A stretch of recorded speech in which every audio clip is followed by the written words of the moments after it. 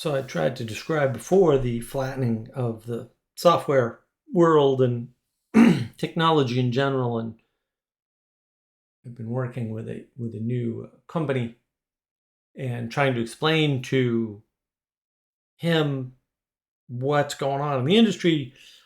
He's like, "Oh, I'm not qualified to teach programming," and I'm like, "Yeah, actually, you're totally overqualified because you know how programming works, and modern people don't anymore." And so I had to explain to him quickly what has changed, right? We've gone from an environment where you had to know memory management, what memory was, how to allocate it, how not to allocate it, what a type was, why it's important, when to translate a type into another type, and when not to. All of these things are actually important. Into a world where most of the code being run by people is not written by them.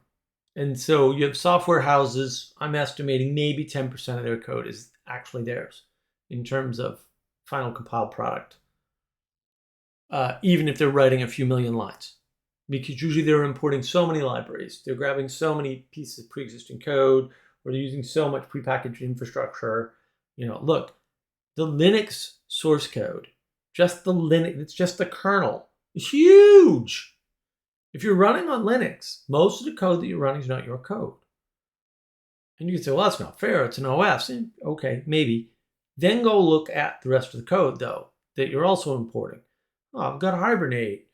I've got Redis. I've got, name your stuff. Most of the code that you're running in your infrastructure, you didn't write. Do you know what it is? What is a microservice? If you program in C, especially monolithically, as I have, what you realize really quickly is that a microservice is a function in any other programming language, or a method, or a class and a set of methods. That's what it is. So when you're programming at that level, you no longer have to understand call stacks, which is why the call stacks for a lot of these places are a mess. I was working for a client trying to figure out, they use aspect-oriented programming. If you haven't seen it, you should look it up. This is another of those problems with Java.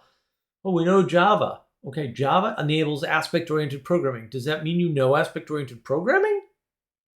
Or does it mean you know objective,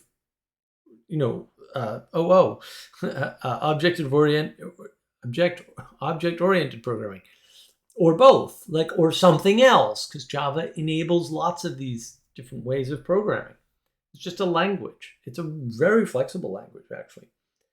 That makes it garbage, but, whatever. What do you know? Because in aspect-oriented, especially if you add things like decorators, your call stack is destroyed. And what that means is you can't read the source code and know what the hell is going on.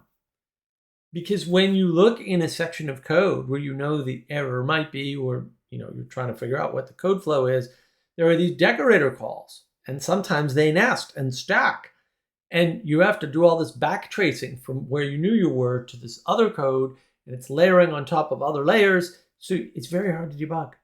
Very hard to debug. And I watched this happen at a few places. They couldn't debug their code at all. They wrote it all, couldn't debug any of it. Wasn't debuggable. Couldn't find the call stack. I couldn't find the call stack. I've written call stacks, in assembly. Been a lot of years. Haven't done it in, decades at this point, but I've done it. I know how it works.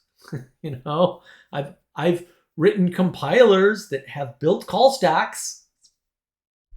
That's one layer up, right? And now what are we doing? We're programming in microservices. So you need to know variables, recursion, a little bit of input-output calls, and most of that's APIs, and that's it. And now you can be useful to some extent to programming.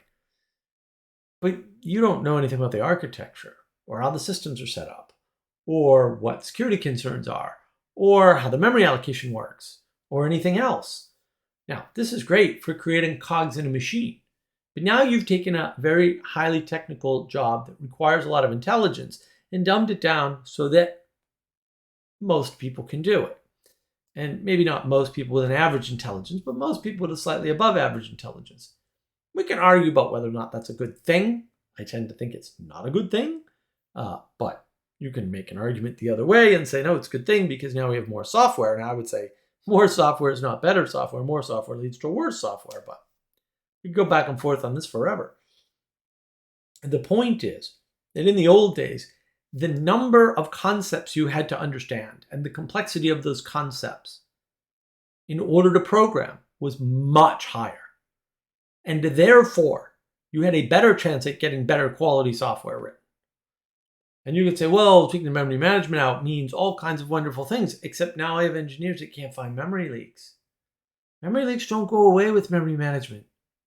They get worse. The memory manager can only solve so many problems. It can only solve local scope problems with local namespaces. It can't solve global namespace problems. Right? So in the software I was doing that was aspect-oriented, they were allocating the same set of data logarithmically. So they had many copies. And every time they added a line of data, or actually a row of data, they were adding all the previous rows as well. And they were never freeing the other instances because they were instances in and of themselves. Because the software wasn't integrated, it was made out of microservices. So when you requested the first 5 rows of data, you had 5 copies of data. The first copy had 1 row. The second copy had rows 1 and 2. The third copy had rows 1, 2, and 3. The fourth copy had rows 1, 2, 3, and 4. And the fifth copy had rows 1, 2, 3, 4, and 5, etc. Now, in this instance, actually, it was creating 2 of those. And their solution was, we'll get rid of hibernate, and that gets rid of down to 1, and it's still unbelievably slow, but it's exponentially faster than it was. And that was good enough for them. Memory leak is still there. It's just not as bad. Because instead of having 2 redundant copies of redundant data that's redundant within the data set, you have 1. Fair enough. You know, you've cut your memory usage by an order of magnitude. Congratulations. But you still have the bug. The bug is the result of not understanding scope and namespace. Because it's aspect-oriented programming and it's microservices. So you can't tell that this data is actually being reused. So you just keep adding on and adding on and adding on and adding on and forcing the memory manager to release it at some point to disk. It's still not going away. It's all redundant. And then when that program stops running, then it goes back and frees everything. Like, fair enough, but my goodness, was it slow. So we're processing a tiny file of not many megabytes, and we're using 5 gigs of memory, active memory, maxing out the VM. Give it more memory, it'll max it out harder and slow down. Actually, more memory you add to a VM by code compiled language. Byte, there's no such thing as bytecode compiled, but I'll get to that in a sec. The longer it takes to free the memory, the slower it gets. So it's not entirely true, right? Up to about 2.5 gigs, at least under the old Java system. I haven't done Java in a while because I hate it, and thank goodness. The old Java system, it would get faster, it would get slower, around 2.5 gigs. For most applications, for every application, I get that. For 99.9% though, yes, it would get slower. So you had too much memory to the VM, things slow down. And developers don't know that. They don't understand why that would be true. They think it's impossible till you show it to them, and then they're perplexed and they run away. And fair enough. And people don't know, there's a new C-Sale out of MIT. They're the group, one of the computing groups. They just released, I think today, actually, or yesterday or something, a new compiler for Python. Why? What does that mean? Because bytecode's interpreted, not compiled. There's no such thing as bytecode compiled. You can do a bytecode compilation. That's what they do. They take the Python bytecode and they actually run it in a compiler, which is actually the more correct thing to do. It might not be the most correct thing. It might be, actually. I don't know. I haven't thought about it that much. And when you compile it, it gets really fast, like C and C++ fast. So you take an interpreted language and you compile it correctly, which is a non-trivial task. Like, that's really hard. I would never even think to try that. I thought about that should happen, right? But I've never thought, like, I'm going to do that. No, I'm not going to do that. That's insane. But they did. Good for them. And now it gets as fast as C. Well, that's weird. I thought Python was slow. The language isn't slow. It's the bytecode interpreting that's slow. And it's only slow under certain conditions. And some things Python is already faster than C at because of the architectural approach in the language to the data sets available. Right? And one of the things that it's called the codon compiler, one of the things the codon compiler does is it resolves all the types up front so that by the time you hit runtime, all the type checking and all the type morphing is done. And that speeds the thing up to C speeds. So the thing that's slowing you down is not understanding types and doing them correctly. All these modern languages, where you don't understand types, you're making it slower than it has to be by 1 to 2 orders of magnitude in most cases. So if you just coded that in a real language and paid attention to your types, you wouldn't have that problem. It would be fast. Of course, you'd have to learn a real language. You couldn't rely on Python, which I love Python. I use Python all the time. You couldn't rely on Python. You'd have to use a language that actually required typing, right, up front, and got that right. Or apparently you can use codon and compile your Python. And allegedly it's fast. I'm going to have to check it out at some point. The squishing down of software is where you dumb down the software process to meet the needs of the number of people you want to be programming. So number of people that can do programming, we'll do something arbitrary. I don't have a better way to do it. Suppose good software engineering in C with memory management and type checking and understanding core principles, not necessarily being able to code algorithms, but understanding core principles behind algorithms and how data flows and information theory and things like that. Not knowing it well, but knowing of it. Let's suppose that requires an IQ of 125, and that's in the top like 5%. I'm just throwing out numbers here. I'm not trying to be accurate or precise, right? So now, oh, well, really, we need more programmers, and there's only so many people in the top 5%. Hopefully that was clear, but if not, now it is. So we'll make programming easier, make the machine do more of the work. The machine's stupid and can't do the work. Okay. Like, you guys are worried about AI. A bytecode interpreter system can't manage memory as well as a human. I don't know what to tell you. AI is garbage. So what happens is we make it dumber, right? We rely more on the machine and the assumptions within frameworks and the assumptions within the knowledge sets, right? I mean, this is one of the big mistakes in C++. They keep adding these cool features, right? And then new people come in and they go, oh, look at the cool feature. They don't understand the use case for the cool feature. The cool feature was added because if you were programming in C without that feature, you see this pattern and you go, oh, this pattern's appropriate in these cases, but not in these cases. I'll hand code it. It's the same problem over and over again. And so when you engage with, let's say, higher order data types and things like that, like dictionaries, you don't really understand what's going on underneath, and then you're not using it appropriately. And then you get weird results.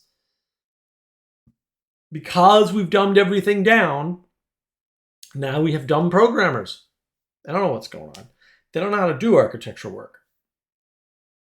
I've known software engineers who, they were good. They weren't great. They could not design software. But if you handed them a software design, they could tell you if it was good or bad. They couldn't design it. But there's that middle space where they, oh yeah, that's definitely not a good design. I don't know what's wrong with it, but I know it's not good. Okay, that's a thing. Not in modern times, apparently. They don't know, well, this is a good decision or a bad decision to handle the data this way. What about the security? All right, there was a whole dust up about maybe 5-6 years ago where people were releasing all these wonderful Docker containers and not changing the passwords. I was using Docker back then. It's clear as day in the directions, Right in the instructions. First thing you must do to put this into production is change the root password. That's all. It's not hard. No one did it. 90% of the Docker apps got broken into immediately because they all had the standard password. Everybody knew how to get in them. There was no security built in. And they didn't know that. I'm not suggesting that's a software engineer's job, but it's important. A software engineer should know about that. They should at least be able to read the instructions and follow them, but apparently they couldn't. So that happened, and that's still happening. Things like that are still happening, right? They're opening ports, they're not realizing that they're not secure, or they're not protecting against man-in-the-middle attacks, which is very hard to do, by the way. And that's why you go to a coffee shop, you connect to a Wi-Fi. Maybe it's not the Wi-Fi you think it is, and there's man-in-the-middle going on, and there's nothing you can do to prevent against that in JavaScript. Nothing. There's no way to protect against it. None. It is impossible. All the SSL certs in the world will not protect your data. You'll just have fake SSL certs. That's a thing. Hackers are doing it all the time. You can watch videos on it online. And yeah, you can say, oh, it's a small risk. It's not that small a risk. And yeah, a small number of people are doing it. It's a small risk that you'll be hit. But if you get hit, it's 100% certain that you lose your data. 100% certain. It's a flawless attack. It's not particularly easy to implement, but it's a flawless attack. And you can just set it up in a coffee shop. You can read Hackaday or some of these other outfits. You can watch some of the Black Hat streams or conferences out there. They have kits. You buy the kit, load the software, and just capture data all day long in a coffee shop or anywhere there's wireless. You can do it on a walk-by. You can grab data off an NFC. That's why they have those little protector wallets that protect your credit cards with the NFC chip and all that. That's why they have all that. It's not that hard. And you're not protecting your data. And you don't even know your data is not protected. And neither do the people who are writing this code.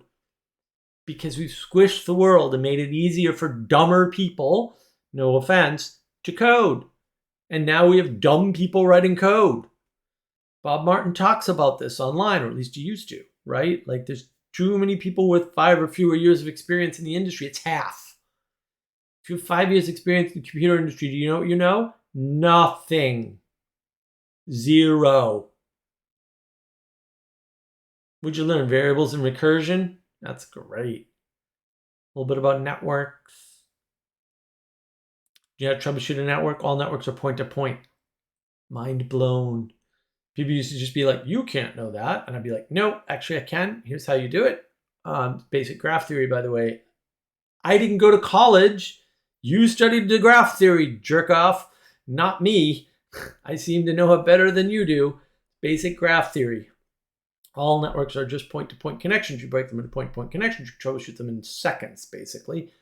Maybe minutes. Depends how well you know the network. That's the problem. Nobody knows this stuff. We've lost the knowledge. We've dumbed it down. We've squished the world. You don't need to understand databases anymore. You get a database from them. You make a database call. You do it on the client. You use your own resources, which means you don't care how resource intensive it is. That's why your browser is big and slow, because it's running crappy JavaScript code written by crappy programmers. So you know, crappy, inefficient programming language written by people who wouldn't know efficiency if it bit them in the ass. No wonder why it's slow. It's a wonder Chrome even works. Much less Firefox and Brave. My goodness. That's why they take up so much memory. What do you think the cost is of automatic typing? It's memory and super huge amounts of compute time. That's what it is. And nobody knows this. And that's the problem. That's the flattening of computers. That's the breakdown of the skill set. If you want somebody, my buddy asked me today, well, what do? We need to go back to waterfall. You need to go back to 80% design, 20% coding. Because if you don't do that, your code's going to suck. You can't write good code in rapid application development. You're not supposed to. Rapid application development wasn't designed for that. It was designed to get you a prototype quickly so that you could find the gap between what the business thought they needed and what they actually need. That's the purpose of rapid application development. You know what the other purposes of rapid application development are? None. It doesn't have another application. It's not time to market. It's literally, oh, my customer, usually an internal business customer, because that's the way the industry used to work. The software wasn't for consumers, it was for internal business use, would tell you, oh, this is my business process. And you go and write it, and then they'd be like, well, this is missing all these pieces. And you're like, you told us you only had 10 pieces. And they're like, well, we really have 15.